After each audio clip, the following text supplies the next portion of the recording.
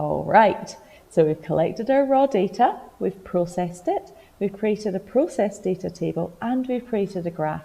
We're now ready to present our results to our readers on a Word document or a Google Doc. So the first thing I'm going to do, just move my graph out the way, is to make sure that my tables are going to be very clear and easy to read. One of the important things to do is to tidy up the number of decimal places to an appropriate number.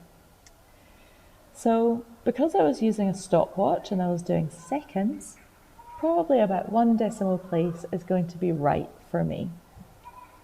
So I'm just going to highlight my data, and I can change the number of decimal places with these two buttons here.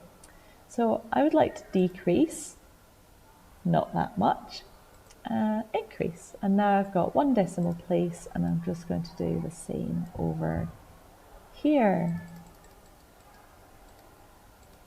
All right, so now we're ready to simply copy and paste our data tables into our document. So raw data, I will insert here. I'm going to paste it unlinked.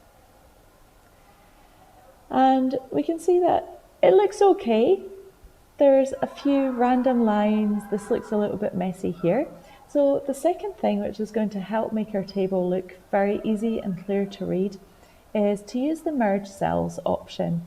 So I would like this heading to run right across these 4 columns so that we know that each of these trials and the mean refer to my dependent variable. So if I highlight the cells and right click, I can choose to merge cells, and now it looks much neater.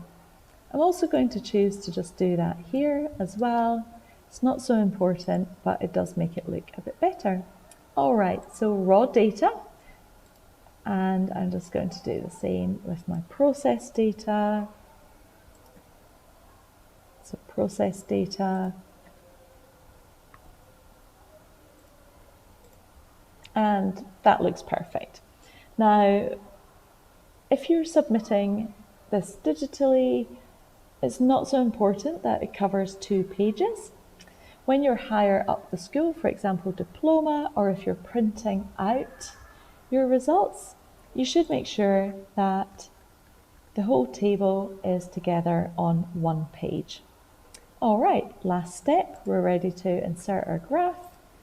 Again, super simple, copy, paste. And I'm going to paste unlinked again.